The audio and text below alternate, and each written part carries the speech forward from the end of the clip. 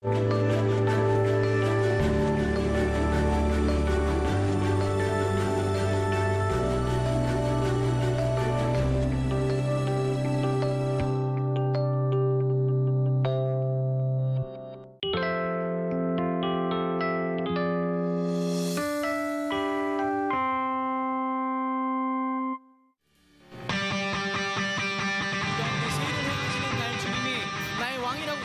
시간 가운데 주님의 능력으로 임하실 줄로 믿습니다. 우리 가능하시다면 자리에서 다 같이 일어나셔서 우리 왕 대신 주님 함께 찬양하겠습니다.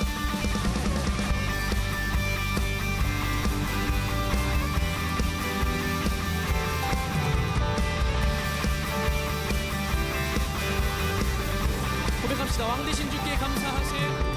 왕 대신 주께 감사하세. 그 사랑 영원하리라. 모든 것 위에 뛰어나신 주 그 사랑 영원하리라. 찬양 찬양. 능력의 손과 별신팔로 그 사랑 영원하리라. 거룩한 영광들을 위하여 그 사랑 영원하리라.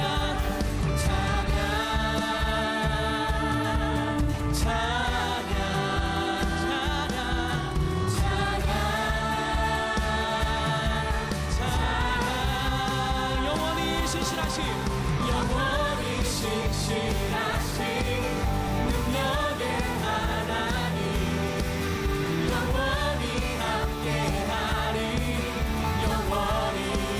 영원히 신실하신 영원히 신실하신 능력의 하나님, 영원히 함께하리.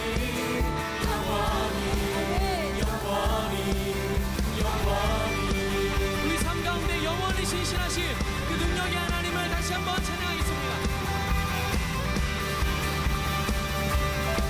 선포하며 왕 대신 주께 감사하세. 왕 대신 주께 감사하세. 사랑 영원하리라. 모든 것 위에 뛰어나신 주 사랑 영원하리라.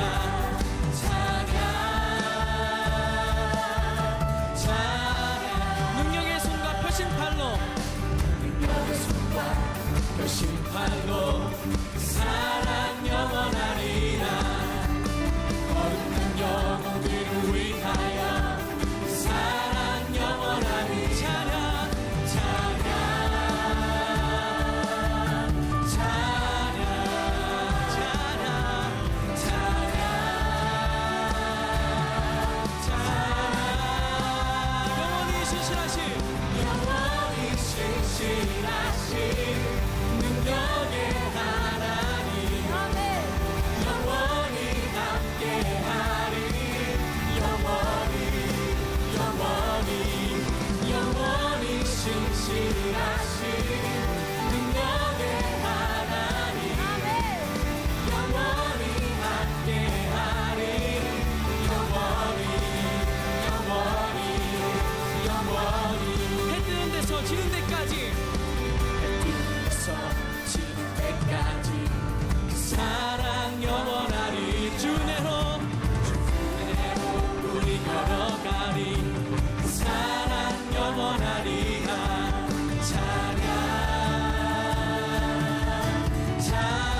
한 번 더 고백합시다. 해 뜨는 데서 지는 데까지 뜨는 데서 지는 때까지 사랑 영원하리라. 주 은혜로 우리 걸어가리. 사랑 영원하리. 찬양 찬양 찬양 찬양 찬양. 영원히 신실하신 능력의 하나님, 아멘. 영원히 함께하리. 한 번 더 고백합시다. 영원히 신실하신 영원히 신실하신 능력의 하나님, 영원히 함께하리. 영원히 영원히 영원히 푸른 마르고 꽃이 시드나 푸른 마르고 꽃은 시드나 주의 말씀은 영원해. 한 번 더 고백할까요? 푸른 마르고 꽃은 시드나 푸른 마르고 꽃은 시드나 주의 말씀. 우리 확신해가지고 한 번 더 고백합시다. 푸른 마르고 꽃은 시드나 푸른 마르고 꽃은 시드나 주의 말씀은 영원해. 푸른 마르고 꽃은 시드나 푸른 마르고 꽃은 내 삶 가운데 주의 말씀은 영원합니다. 말씀은 영원해. 고백합시다. 주의 말씀을 믿는 자 주의 말씀을 믿는 자 그 구원을 얻으리. 그의 구원을 얻으리. 주의 말씀을 행하는 자 주의 말씀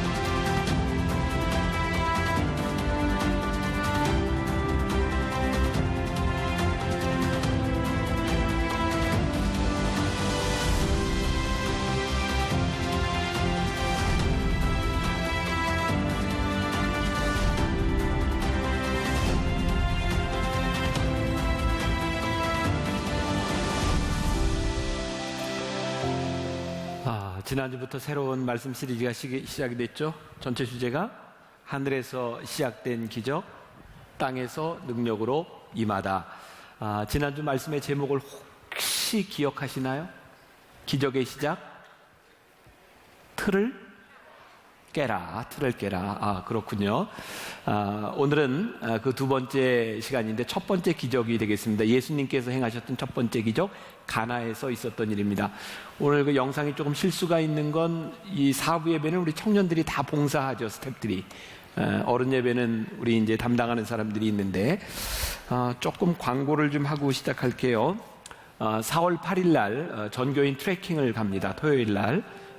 저도 가고 우리 교회 목사님들도 다 같이 갈 텐데 우리 청년 공동체도 같이 참여하면 좋겠다는 생각이 듭니다. 우리 교회가 교인들이 함께 할 수 있는 기회들이 많이 없어요. 이번 기회에 여러분들이 좋은 기회로 삼으면 좋겠고요. 여러분들이 이렇게 기도하고 관심을 가져도 좋을 것 같다는 생각이 들어서 제가 소개를 합니다. 아마 2주 전에 여러분들 청년 공동체에 서일아 형제가 세계 선수권 쇼트랙에서 종합 1위를 했습니다. 여러분들 청년 공동체에 있는데, 그리고 저렇게 세러머니를 멋지게 이제 기도하면서 사실 방송에서는 저걸 다 잘라 먹었다 그래요. 그냥 소감만 이야기가 됐는데 내년도 평창에 금메달을 향해 달려가고 있습니다. 우리 청년 공동체가 잘 기도하고 이렇게 기도로 서포트하면 좋겠다는 생각이 듭니다. 이번에 사포로에서도 금메달을 따서 병역도 면제를 받았어요. 이런 막 화낼 것 같은데 남자들. 네. 잘 기도해 주시고, 또 여러분들 청년 공동체에 속해 있는 우리 송범근 형제는 U20 20세 이하 우리 월드컵 국가대표 주전 골키퍼입니다. 우리 교회 아주 어렸을 때부터 이 꾸러기 축구부터 시작해서 국가대표가 나왔어요. 여러분들이 좀 관심 갖고 기도하면 좋겠고, 그리고 주로 이제 청년 공동체 예배 많이 나오시는데 우리 김택수 권사님, 옛날 우리 축구랜데 탁구 금메달을 땄던 분이죠. 요번에 또 국가대표 감독으로 책임을 맡게 됐어요. 여러분들이 같이 또 이제 기도하고, 제가 아는 사람만 이렇게 이야기하지만 우리 공동체 안에 여러 분야에서, 여러분 직장에서 열심히 일하고 있는 여러분들, 서로가 서로를 위해서 격려하고 일하고 좋은 선한 열매들이 여러분들에게 많이 맺히면 좋겠습니다. 오늘 말씀의 제목이 절망의 항아리 순종으로 채우다. 어쩌면 김병삼 목사는 제목도 저렇게 멋지게 해야 할까, 그런 생각이 막 들지 않아요? 네, 고마워요. 네, 절망의 항아리 순종으로 채우다. 이 제목은 김종윤 목사님이 만들어서 나에게 준 겁니다. 네. 틀을 깨라. 자, 포도주가 떨어졌는데 물로 포도주를 만든 일은 우리들의 기존의 생각을 가지고는 일어날 수 없는 또 하나의 틀을 깨는 기적의 역사이기도 합니다. 기적은 우리의 합리성이나 우리의 상식의 틀을 깰 때 일어나는 일입니다. 우리가 12주 동안 우리의 생각을 깨는 것들을 통해서 믿음의 역사 속에 들어가는 기적을 우리들이 경험하게 될 것입니다. 오늘 말씀의 서론 부분에 딕 포스벨이라고 하는 사람을 여러분들에게 소개합니다. 1976년 멕시코 올림픽에서 금메달을 딴 선수입니다. 높이뛰기 선수고요. 우리가 너무나 당연하게 생각하는 높이뛰기의 자세가 있습니다. 이렇게 뒤로 이렇게 뛰는 거죠. 그게 포스베리 방식이라고 하는 배면뛰기입니다. 저 선수가 저걸 뛰기 전까지 아무도 저렇게 뛴 선수가 없었어요.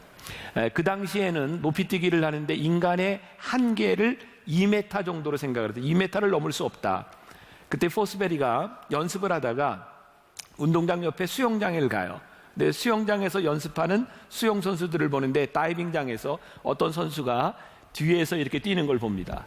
높이뛰기도 저렇게 뛸 수 없을까? 그래서 그가 높이뛰기를 뒤로 뜁니다. 2m를 훌쩍 넘었어요.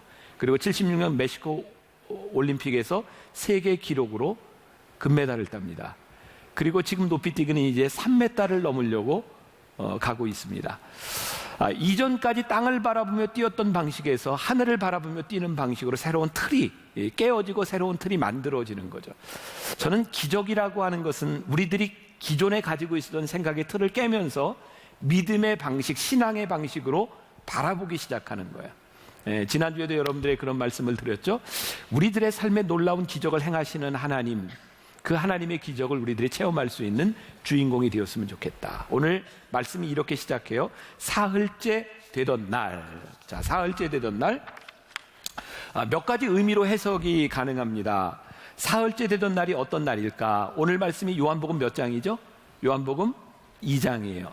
그러니까 이 사흘째 되던 날은 요한복음 1장과 관계가 있을 것 같아요. 요한복음 1장 43절 이후에 어떤 일이 있냐면 나다나엘이라고 하는 사람이 등장합니다. 예수님의 제자였던 빌립이 나다나엘을 데려옵니다. 예수님이 누구신지를 소개해주고 싶었어요. 근데 나다나엘이 예수님을 보고 요한복음 1장 46절에서 이렇게 말해요. 나다나엘이 이르되 나사렛에서 무슨 선한 것이 날 수 있느냐. 메시아로 소개를 해줬지만 나다나엘은 예수님을 별로 신뢰하지 않았던 것 같아요. 예수님께서 50절 51절에서 이렇게 말씀하세요. 예수께서 대답하여 이르시되 내가 너를 무화과나무 아래에서 보았다 함으로 믿느냐. 이보다 더 큰 일을 보리라. 또 이르시되 진실로 진실로 너희에게 이르노니 하늘이 열리고 하나님의 사자들이 인자 위에 오르락 내리락 하는 것을 보리라 하시니라. 그리고 사흘째 되던 날, 이렇게 해석할 수 있겠죠. 나다나엘에게 예수님이 말씀하신 하늘이 열리는 것을 네가 보리라 라고 했던 놀라운 기적을 여기에서 보여주고 있다. 이렇게 해석할 수도 있고요. 또 하나는 이스라엘 사람들이 날을 이렇게 계산하는 방식인데 이스라엘 사람들은 안식일을 중심으로 날짜를 셉니다. 그러니까 사흘째 되던 날이라고 하는 것은 안식일이 지난 사흘째 되던 날, 그러면 화요일쯤 되는 날로 해석이 가능합니다. 어떻게 해석하든 관계가 없어요. 중요한 건 이 사흘째 되던 날이라고 하는 것은 어떤 특별한 날이 아니라 우리의 일상 가운데서 흘러가는 어느 날을 의미한다는 거예요. 또 오늘 기적이 일어난 장소를 보세요. 어디에서 기적이 일어났죠? 가나의 혼인잔치에서 일어났어요. 혼인잔치라고 하는 것은 언제든지 우리의 주변에서 일어날 수 있는 일입니다. 자, 그러니까 기적은 어떤 평범한 날, 우리들이 늘 경험할 수 있는 평범한 장소에서 기적이 일어났다. 그러니까 특별한 곳이 아니라 기적이 일어나는 그곳이 특별한 곳이 되고 기적이 일어나는 순간이 우리들에게 의미 있는 시간이 되는 거예요. 여러분들이 들어봤을 거예요. 크로노스라고 하는 말과 카이로스라고 하는 말의 차이. 시간에는 두 가지가 있습니다. 이 히브리 사상에 이렇게 연대기적으로 흘러가는 시간이 있어요. 1920년, 30년, 40년, 50년, 그것을 크로노스의 시간이라고 이야기를 합니다. 그런데 똑같은 크로노스의 시간인데 그 가운데서 의미 있는 시간이 생겨요. 사건이 생겨요. 그때 그 시간을 우리는 카이로스, 때가 되었다라고 말을 합니다. 예를 들면 이런 거예요. 혹시 여러분들 6월 25일이 무슨 날인지 아세요? 6월 25일 무슨 날이에요? 내가 결혼한 날이에요.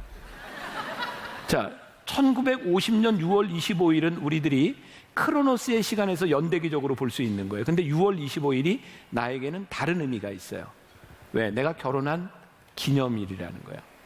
모든 사람에게는 똑같은 의미를 가지고 있는 날이 나에게 특별한 의미를 가지게 되는 거예요. 이 기적의 사건은요, 어떤 특별한 장소와 특별한 시간이 아니라 우리들의 삶에서 하나님이 우리의 인생을 만져주시는 특별한 시간, 이것이 기적의 체험입니다. 이 기적의 체험과 경험은 우리의 인생에 굉장히 중요한 일이기도 하죠. 제가 재미있는 얘기를 하나 소개합니다. 어떤 이야기? 재미있는 이야기. 어떤 반응? 재미있는 반응. 네. 어떤 부부가 있어요. 이제 첫 아이를 출산할 때가 됐는데 아내가 갑자기 배가 아프다고 해서 남편이 아내를 데리고 산부인과에 갑니다. 진찰실에 들어가서 이제 의사가 이렇게 진찰을 하는 동안 밖에서 초조하게 기다리고 있는 거예요. 마침내 진찰실에서 의사가 나오자마자 이 남자는 다급하게 묻습니다. 아들입니까? 딸입니까? 의사가 대답했어요. 배탈입니다. 배가 아프다고 다 아이가 나오는 건 아닙니다. 때가 돼야 나오는 겁니다. 우리는요, 기다리는 것들이 있어요. 조급하죠. 그런데 중요한 것은요, 아무리 중요하고 아무리 우리들이 기다리고 필요한 것이라고 해도 때가 있어요. 이 기적이라고 하는 것은 우리의 인생의 중요한 때, 순간, 우리가 조금 이따 이야기하겠지만 순종과 믿음이라고 하는 원리를 통해서 기적을 우리들이 경험하게 돼요. 자, 요한복음 3장에 가면 니고데모라고 하는 사람이 나옵니다. 자, 제가 1장에서는 나다나엘이라고 하는 사람을 이야기했고 2장에서 가나의 혼인잔치를 이야기하고 3장에 니고데모를 이야기하는데 이게 잘 연결이 안 되는 사람은 집에 가서 뭘 봐야 되겠다? 성경을 봐야 되겠다. 한번 여러분들이 보세요. 이렇게 배워나가는 거예요. 여러분들 신앙에 도움이 되는 거예요. 3장에 니고데모라고 하는 사람이 등장하는데 니고데모가 예수님을 찾아와서 이렇게 묻습니다. 주님, 예수님, 내가 어떻게 하면 영생을 얻겠습니까? 그랬더니 예수님께서 아주 유명한 말씀을 하세요. 요한복음 3장 5절 말씀이에요. 같이 한번 봉독해 볼까요? 예수께서 대답하시되 진실로 진실로 내게 이르노니 사람이 물과 성령으로 나지 아니하면 하나님의 나라에 들어갈 수 없느니라. 거듭나야 된다는 거예요. 자, 지난주의 말씀을 여러분들이 잘 기억하지 못할지도 몰라요. 한번 기억을 잘 더듬어 보세요. 기적이 나오는데 이 요한복음에는 예수님의 기적이 7개가 나온다. 근데 요한복음에는 7개의 기적 이후에 예수님께서 꼭 무언가를 설명하고 있다 그랬어요. 그래서 요한복음에 나오는 기적을 기적이라고 하는 표현보다는 표적, 사인이라고 하는 말로 쓰고 있다. 기억나세요?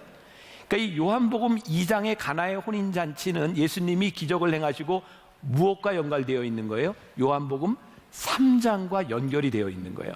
그리고 유명한 요한복음 3장 16절 말씀이 나와요. 하나님이 세상을 이처럼 사랑하사.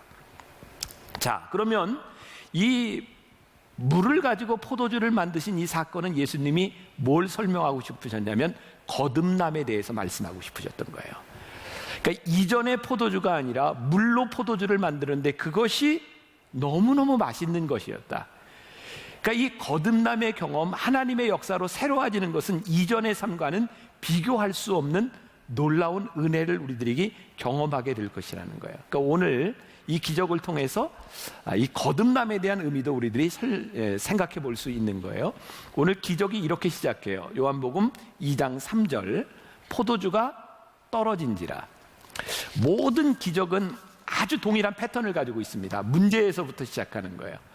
오늘 이 가나의 혼인잔치에서 잔치를 하고 있는데 유대 사람들은 잔치를 축하하는 기쁨을 표현하는 게 뭐냐면 포도주를 먹는 일이었어요. 근데 포도주가 떨어졌어요. 유진 피터슨의 메시지 성경에 보면 예수님의 어머니였던 마리아가 이 상황에서 예수님께 이렇게 말을 합니다. 아이고, 포도주가 거의 바닥났구나. 아무튼 우리들의 인생에서, 글쎄 여러분들 청년직의 젊은 사람들에게 인생이라고 하는 말이 얼마나 와닿을지 모르겠어요. 여러분들에게도 인생이 있죠? 네, 우리들의 인생에서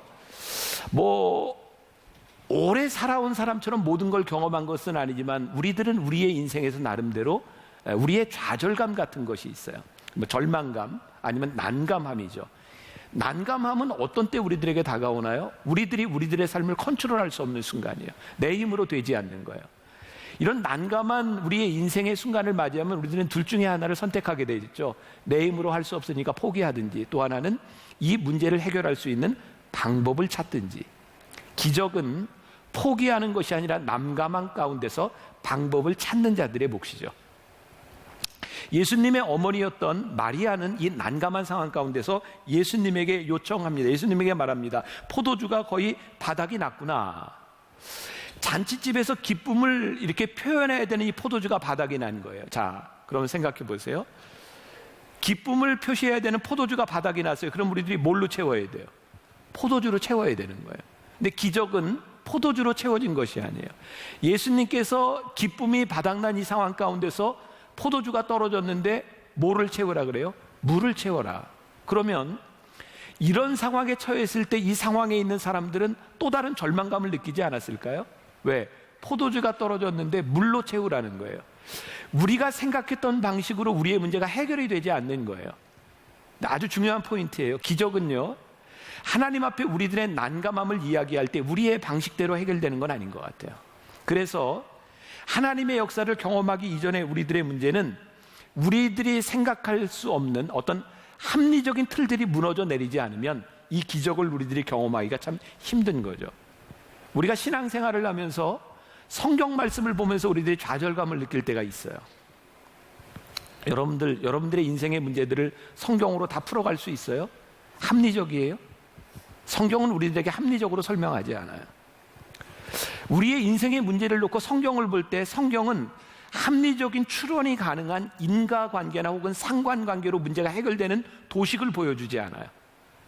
그래서 우리의 난감한 문제를 가지고 성경을 대할 때 우리는 좌절감을 느낄 수도 있어요. 부당하다고 느낄 수 있는 거죠. 놀라운 일은 이런 합리성이 깨어지는, 상관관계가 깨어지는 것을 통해서 하나님은 기적을 이루신다는 거예요.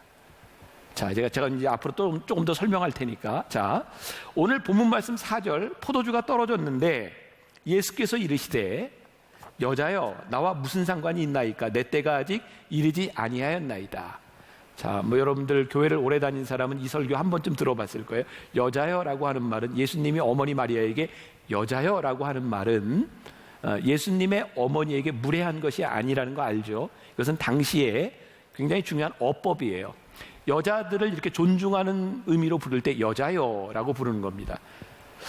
이 말보다 더 중요한 것은요, 예수님의 어머니 마리아가 포도주가 떨어졌다고 이야기를 하는데 예수님이 아주 냉소적으로 받는 거죠. 그게 나와 무슨 상관이 있습니까? 자, 우리 조금만 생각해 봅시다. 지금 이 상황에 포도주가 떨어진 게 예수님과 상관이 있어요, 없어요? 진짜 상관이 없어요. 왜냐하면 그 잔치 자리는 아무튼 예수님의 어머니 때문에 오게 되었고 그 잔치의 주인은 따로 있어요. 그러니까 여기 포도주가 떨어진 것은 진짜로 예수님과 상관이 없는 일이에요. 근데 예수님과 상관없는 일에 대하여 난감함을 느꼈던 사람이 문제를 가지고 예수님께 찾아오는 거예요. 자, 그럼 기적에는 중요한 이제 공식이 성립이 되는 거예요. 기적은 예수님의 문제가 아니라 우리의 문제인 거예요. 우리의 문제를 가지고 예수님께 나아가면 이 문제와 아무 상관이 없는 예수님께서 일하기 시작하세요. 그러니까 기적은 예수님의 문제가 아니에요. 우리의 문제를 가지고 예수님 앞에 나아갈 때 예수님께서 그 문제 가운데 일하기 시작하세요. 그러면 또 이렇게 표현을 할 수 있을 거예요. 이 기적의 주권은 예수님에게 있는 거예요. 우리는 문제를 가지고 나가고 그 문제를 맡으신 예수님의 주권이 우리들에게서 역사하기 시작하는 거예요. 중요한 말씀이 5절에 나와요. 이건 캐톨릭에서는 굉장히 중요하게 이야기하는 말입니다. 마리아의 복음이라고 이야기할 정도로 5절에 그의 어머니가 누구죠? 마리아가 하인들에게 이르되 너희에게 무슨 말씀을 하시든지 그대로 하라 하니라. 마리아가요, 예수님이 무슨 말씀을 하시든지 그대로 하라라고 하인들에게 이야기를 합니다. 이제 하인들은 누구의 말을 듣죠? 예수님의 음성을 듣는 거예요. 예수님의 말씀을 듣고 따라요. 자, 여기서 이제 우리들의 문제가 생겨요. 기적은 우리의 문제를 가지고 예수님께 나아갔을 때 예수님이 하시는 말씀을 듣고 우리들이 따를 때 일어나는 거거든요. 그런데 우리들의 문제는 가지고 갈 수 있으나 우리들에게 예수님의 음성이 들리는가? 우리는 어떻게 예수님의 음성을 들을 수 있는가?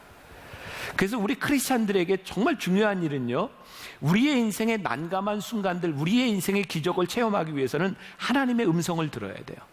하나님의 음성을 듣는 방법은 어떻게 들을까요? 기도할 때, 말씀을 묵상할 때. 오늘 저는 좀 일찍 일어났어요. 제가 아마 지금 벌써 깨서 12시간 넘게 계속 지금 일하고 있어요. 이제 새벽부터 지금까지. 내가 굉장히 피곤할까요? 안 피곤할까요? 피곤해요. 지금 어질어질해요. 그러니까 여러분들이 집중력 있게 안 들으면 나 쓰러질지도 몰라요. 잘 보세요. 오늘 새벽에 일찍 나는 이 말씀을 가지고, 이 원고를 가지고 어머니 기도실에 가서 이제 기도하기 시작해서 그때 제 마음 가운데 하나님, 제가 오늘 이 설교를 하는데요, 오늘 이 가나의 혼인잔치에 대한 말씀을 하는데 이 하인들이 예수님의 말씀을 듣고 따랐다고 되어 있는데 만일 여기 있는 우리들의 문제를 가지고 왔지만 하나님의 음성을 듣지 못한다면 이 말씀이 얼마나 공허하겠습니까? 하나님의 말씀이 우리들에게 들리지 않는다면 이 말씀이 얼마나 공허하겠습니까? 그래서 저는 오늘 이 아침에 이 원고를 놓고 기도하는데, 여러분들 우리 교회 1층에 가면 어머니 기도실이 있고요. 제가 얼마 전에 우리 직원들한테 얘기해서 그 앞에 그 카타콤을 상징하는 이렇게 큰 돌이 있고 거기에 기도 의자를 이렇게 만들어 놨어요. 이렇게 무릎 꿇고 기도할 수 있도록. 여러분들 기회가 되면 어머니 기도실에 가서 조용히 한번 기도하는 시간을 가져보세요. 참 좋아요. 오늘 기도하는 중에 하나님께서 저에게 몇 가지 이렇게 깨닫게 하시는 말씀이 있어요. 제가 뒷부분에 가서 조금 더 이야기를 할 거예요.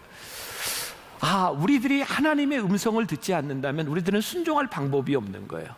근데 하나님의 음성은 우리들이 생각한 방식대로 우리의 지혜대로 와지는 건 아니에요. 하나님의 말씀은 우리들에게 은혜로 와지거든요.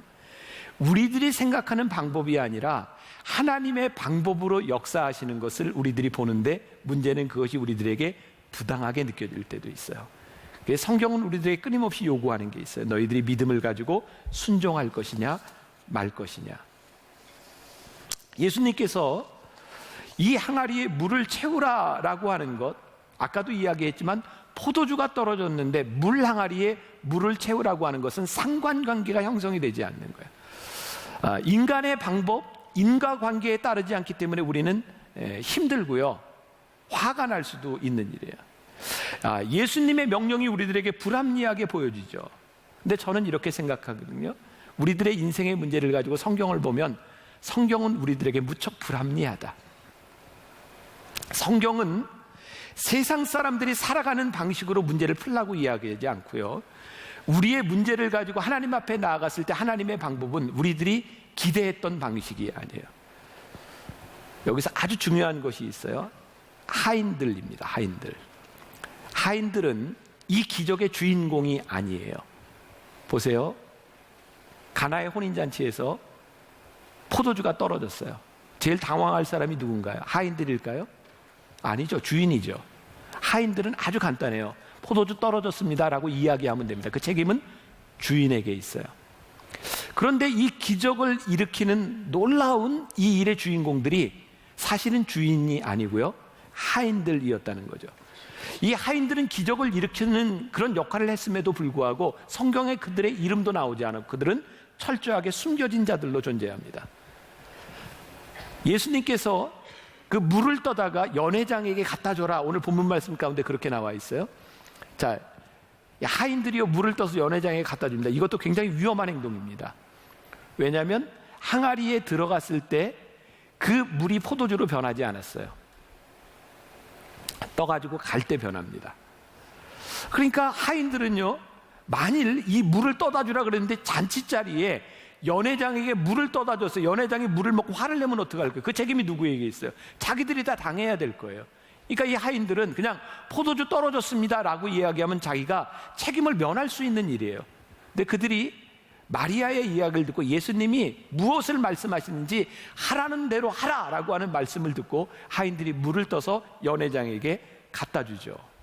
그리고 연회장은 이렇게 이야기를 합니다. 9절 말씀에 연회장은 물로 된 포도주를 맛보고도 어디서 났는지 알지 못하되 물떠온 하인들은 알더라. 연회장이 신랑을 불러 뭐라고 얘기하냐면, 야, 보통은 좋은 포도주를 먼저 내고 취한 다음에 나쁜 포도주를 내는 게 정상적인데 어떻게 이렇게 맛있는 걸 가져왔니? 연회장이 기쁜 거예요. 중요한 포인트, 연회장은 맛있는 포도주를 보고 기뻐했지만 지금 무슨 일이 일어나고 있는지 몰라요. 그냥 기쁜 거예요. 사실은 아주 가려진 아무것도 아닌 것처럼 잊혀진 존재였던 하인들은 그 일을 압니다. 놀랍죠? 사실 정말 중요한 것은 이 일이 일어난 본질이 무엇인가를 아는 것인데, 많은 사람들은요 기적이 나타난 현상을 보고 이렇게 말을 합니다.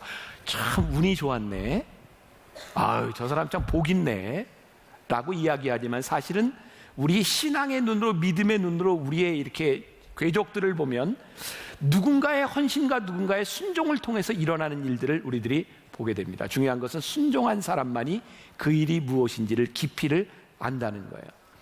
이 하인들은 그 깊이를 알고 경험합니다. 오늘 이제 여러분들과 제가 이제 결론 부분에서 그런 이야기를 할 텐데, 우리들이 놀라운 기적의 주인공이 되는 것, 우리들이 비밀을 아는 것, 우리들이 잊혀진 것 같지만 이 주인공이 될 수 있는 일은 무엇인가, 우리들이 생각해 볼 필요가 또 하나 있고요. 오늘 이 말씀과 아주 유사한 기적이 열왕기하 5장에 나와요. 열왕기하 5장에 나아만이라고 하는 사람이 나와요. 이 이야기를 듣고 또 이게 무슨 얘기인지 모르는 사람은 집에 가서 성경을 읽어보면 좋아요. 열왕기하 5장이에요. 아람이라고 하는 나라에 나아만이라고 하는 장군이 있었는데 그 왕의 군대 장관이에요. 근데 어느 날 문둥병에 걸렸어요.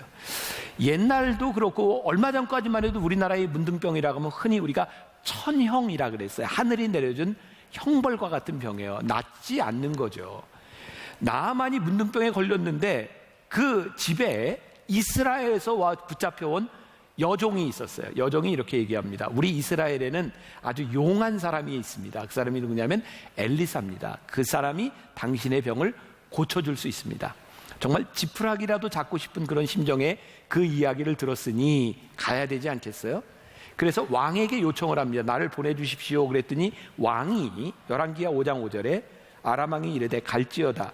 이제 내가 이스라엘 왕에게 글을 보내리라 하더라. 나아만이 곧 떠날새 은 10달란트와 금 6,000개와 의복 10벌을 가지고 가서 왜 가져갔을까요? 엘리사라고 하는 용한 사람이 있는데 이 돈을 주고 나를 좀 고쳐주세요. 기적을 좀 베풀어 주세요. 그런 마음으로 간 거예요. 자, 이게 나만이 생각할 수 있는 합리적 관계인 거예요. 기적이 행하는 사람이 있는데 내가 이 돈을 가지고 가서 나를 좀 고쳐주십시오 하고 고침을 받는 상관관계를 생각하는 거죠. 근데 엘리사에게 돈을 갖다 줬더니 안 받아요. 그리고 엘리사가 뭐라고 이야기하냐면 그거 다 필요 없고 저 요단강에 가서 7번 씻으라 그렇게 얘기를 합니다. 나만이 이야기를 듣고 화가 났어요. 왜냐하면 자기가 생각하고 있는 인간의 합리적인 틀에서 볼 때 이게 맞지 않는 거예요. 화가 나는 거예요. 여러분, 우리들이 신앙생활을 하다가요, 성경 말씀에, 예수님의 말씀에 우리들이 화가 날 때가 있어요. 왜? 이건 안 되는 겁니다. 이렇게 하는 건 워킹하지 않는 겁니다. 나만이 똑같은 느낌을 받았던 거죠.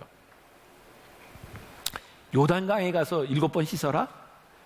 이제 우리 청년들이 작년에도 그렇고 이제 올해도 성지순례를 가게 될 텐데, 우리 조금이라도 젊었을 때 여러분들이 한번 성지순례를 가면 성경을 이해하는데 참 도움이 되는데, 제가 요단강에 처음 갔을 때에 우리 교인들 중에 세례를 받지 않은 사람이 정말 요단강에서 이렇게 세례식을 하고 세례를 받았던 사람들이 다시 한번 세례식을 거행하면서 굉장히 감격적인 순간이었거든요. 거기가 예수님이 세례를 받으셨던 터예요. 근데 진짜 놀란 건 요단강이 강이 아닌 거예요. 가보세요. 요단강이 강이냐 진짜? 너무 조그매요. 냇가 같아요. 게다가 물이 맑지를 않아요. 뿌연 물이 흘러가요. 나만이 생각할 때 자기가 살고 있는 아람 나라에는 이 요단강보다 훨씬 더 크고 맑은 강이 있어요. 7번 가서 씻으라라고 한다면 합리적인 추론이 뭐예요? 이왕이면 깨끗한 물에 가서 씻는 게 낫겠다 이거예요. 나만이 이렇게 얘기를 하죠. 열왕기하 5장 12절에 보니까 다메섹 강 아바나와 바르발은 이스라엘 모든 강보다 낫지 아니하냐. 내가 거기서 몸을 씻으면 깨끗하게 되지 아니하랴 하고 몸을 돌려 분노하여 떠나니. 그런데 이 떠나는 나만을 향해서 하인들이 이렇게 얘기해요. 13절. 그의 종들이 나와서 말하여 이르되 내 아버지여 선지자가 당신에게 큰 일을 행하라 말하였더라면 행하지 아니하였으리이까. 하물며 당신에게 이르기를 씻어 깨끗하게 하라 함이리이까 하니. 문제는 기적이 일어나면 이 정도의 엄청난 일을 해야 되리라고 생각을 했는데 너무 하찮은 일을 명하는 것에 대해서 화가 난 거죠. 내가 얼마나 심각한 문제를 안고 있는데 저 하찮은 요단강에서 7번 씻어? 화가 난 거예요. 하인들이 이야기합니다. 엄청난 일을 하라 그러면 했을 텐데 이거 아무것도 아닌데 그거 왜 안 합니까? 한번 순종해 보십시오. 나아만이 요단강에 가서 7번 씻었을 때 그의 문둥병이 낫게 되죠. 중요한 것을 또 하나 깨닫게 돼요. 기적의 주인공, 기적을 행하시는 분은 분명히 주권은 예수님에게 있는데 문제는 순종하지 않는 우리는 예수님의 주권을 경험하지 못한다는 거예요.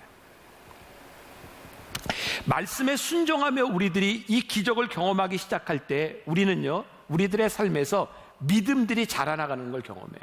근데 순종하지 않는 사람들은 믿음이 자라지 않습니다.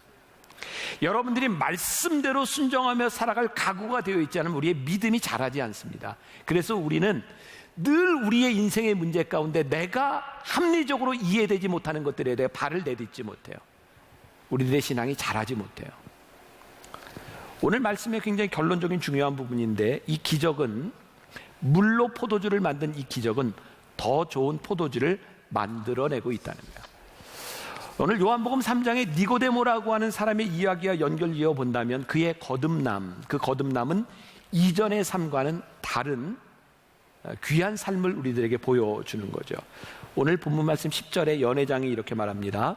말하되 사람마다 먼저 좋은 포도주를 내고 취한 후에 낮은 것을 내거늘 그대는 지금까지 좋은 포도주를 두었도다 하니라. 세상 사람들은 자기가 가지고 있는 최선을 가지고 살아가다가 그것이 다 하면 끝납니다.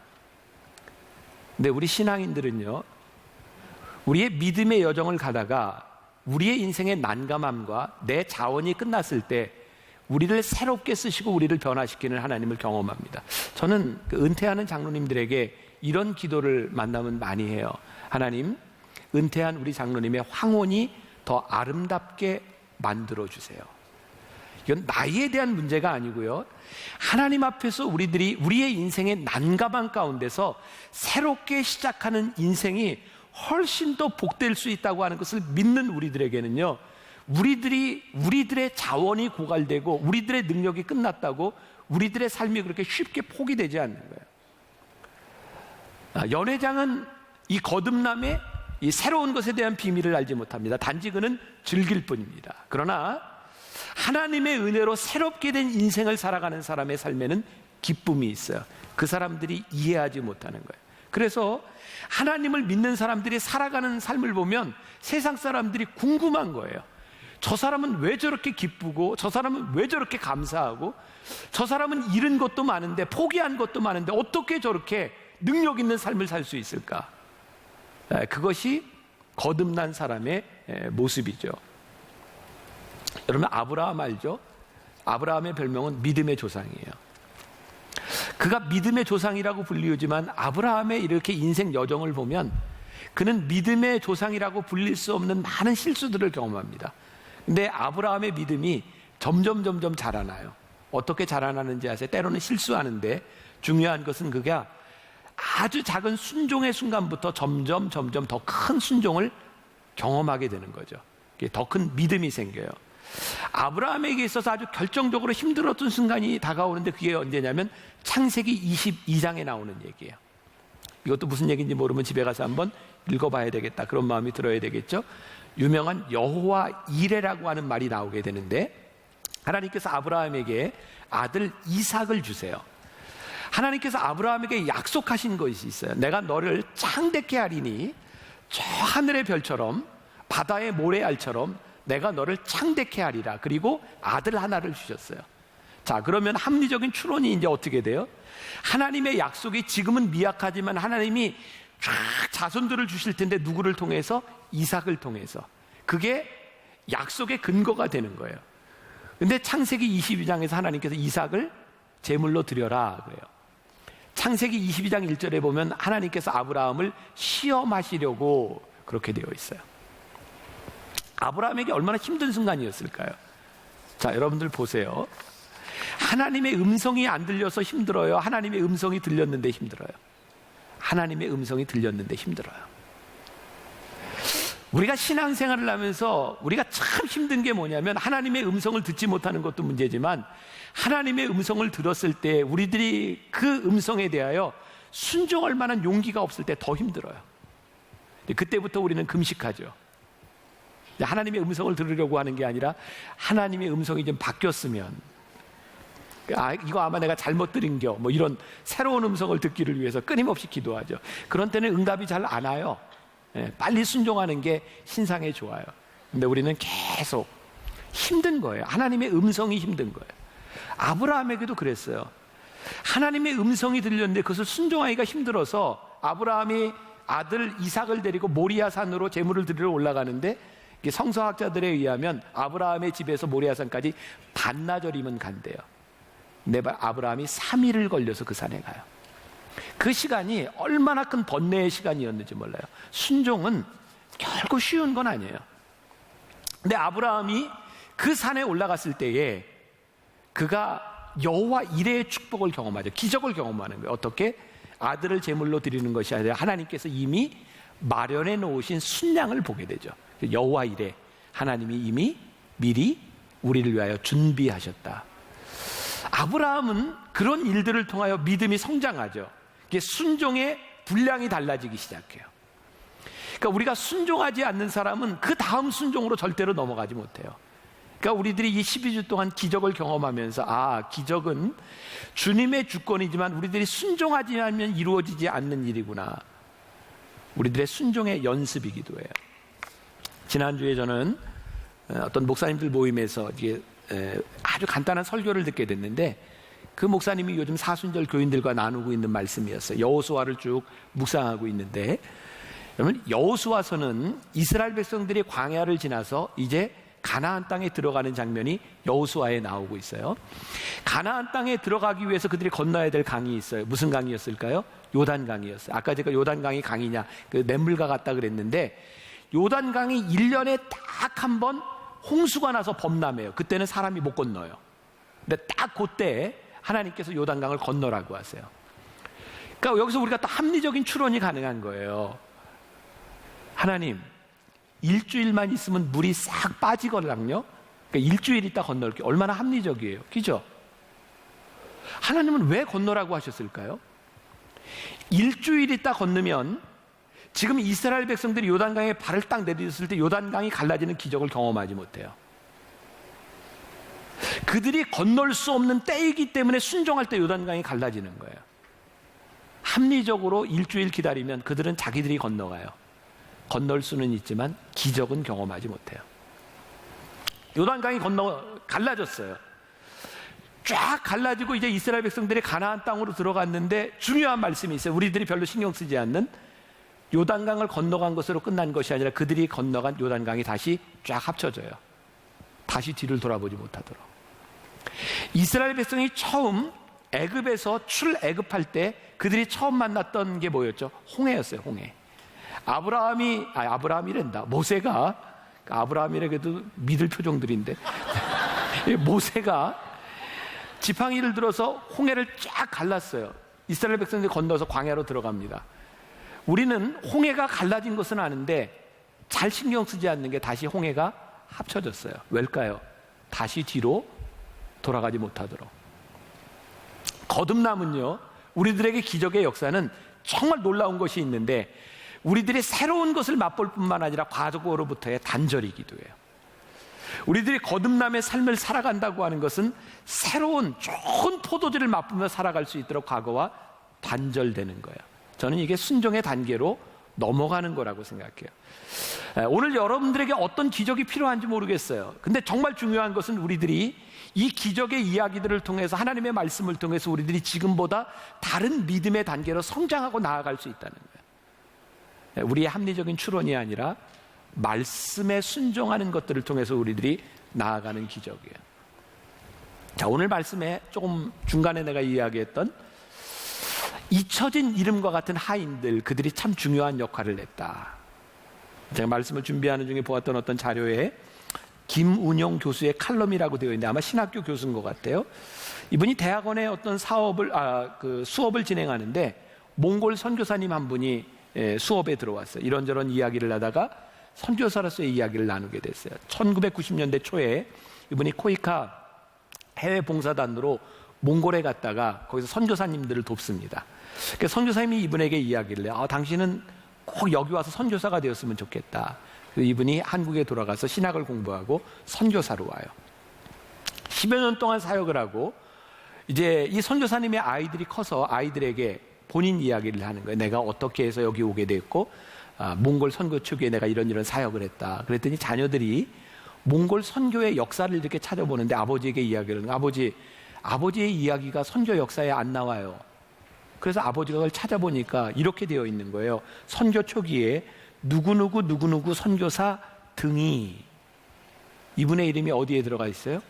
등이에 들어가 있는 거예요. 마음 상할 수 있죠. 그런데 이때 이 목사님이 히브리서 12장을 묵상하는데 거기 이런 말씀이 나온 거예요. 구름같이 둘러싼 허다한 증인들. 히브리서는 믿음의 사람들이 쭉 나오고요. 나중에 구름같이 둘러싼 허다한 증인들이 있나니 라고 되어 있는데 본인의 이름이 등이라고 되어 있는데 나의 이름, 잊혀진 이름을 통해서 하나님께서 행하셨던 일, 이것이 참 귀한 일이구나 라는 고백을 해요. 그래서 이분이 잊혀진 이름이라고 하는 제목으로 몽골에 대한 소설을 쓰게 돼요. 저는 오늘요 그런 생각을 해요. 정말 우리들에게 중요한 것은 우리들이 기적을 맛보는, 우리들의 삶의 기적을 맛보는 것도 참 중요한데 잊혀진 이름과 같은 우리를 통하여 누군가 기적을 경험하는 것을 우리가 봐요. 우리의 헌신과 우리의 순종을 통해서 누군가에게 일어나는 기적, 그 사람이 기뻐하는 것을 보면서 우리는 알아요. 하나님이 이렇게 기적을 행하셨구나. 우리가 기뻐하는 사람이 되는 거죠. 혹시 우리들 가운데 나는 포도주가 떨어진 실패한 인생이야. 그게 여러분들의 건강의 문제일 수도 있고 경제적인 문제일 수도 있고 젊은 시절에 많이 좌절할 수 있는 뭐 취업의 실패, 또 학교 시험의 실패, 많은 것들이 있을 수 있어요. 우리는 내 인생의 좌절감이 내 인생의 끝이라고 생각하는 세상 사람들하고는 달리 우리는 인생의 끝에서 우리의 삶에 더 좋은 포도주를 내시는 하나님을 우리들이 기대해요. 어떻게? 순종함으로. 하나님께서 우리의 삶을 이끌어 가실 우리의 인생을 기대하며 하나님의 음성을 듣고 순종해요. 사람들은 이 어려움을 피해가는 방법, 이기는 방법에 세상적인 많은 원리들을 이야기해서 이렇게 가야 된다고 이야기하는데 하나님의 말씀은 우리로 하여금 그 길이 아니라고 말씀하세요. 여러분들이 믿음으로 발걸음을 내디딜 때 우리의 삶을 인도해 가시는 하나님의 역사를 우리들이 경험해요. 그때 우리들이 믿음이 자라요. 더 큰 순종이 우리들에게 가능하게 돼요. 자, 우리들에게 이런 믿음이 없다면 여러분들 여기 앉아 있는 게 진짜 바보 같은 짓이에요. 하나님 앞에 예배하고 말씀을 듣는 이 말씀으로 우리들이 살아가는 것이, 이 세상 사람들과 다른 원리를 가지고 살아가는 것이 우리들에게 더 좋은 포도주를 내시는 하나님의 은혜가 있습니다. 이 믿음이 없다면 우린 진짜 바보 같은 사람들이에요. 전 진짜 믿는 믿음이 하나 있어요. 우리 교회가 이 땅의 소망입니다. 지금 이 시대에 소망을 가져다 줄 수 있는 것, 저는 교회, 건물적인 교회를 의미하는 것이 아니라 이 건물에 모인 우리들이 하나님의 말씀으로 순종하며 이 시대를 거슬러가는 우리들의 인생이, 나는 이 시대의 소망이라고 하는 걸 믿어요. 제가 모르겠어요. 부족하지만 이 청년 설교를 제가 놓지 않고 여러분들과 함께 예배드리는 이유, 죄송해요. 어른들보다 여러분들에게 소망이 있어요. 이 세상을 바꾸는, 여러분들이 앞으로 살아가야 될 세상에 말씀에 순종하는 여러분들을 통해서 이 나라와 이 민족이 소망이 있어요. 우리들에게 이 소망이 없다면 우린 진짜 불쌍한 사람들이에요.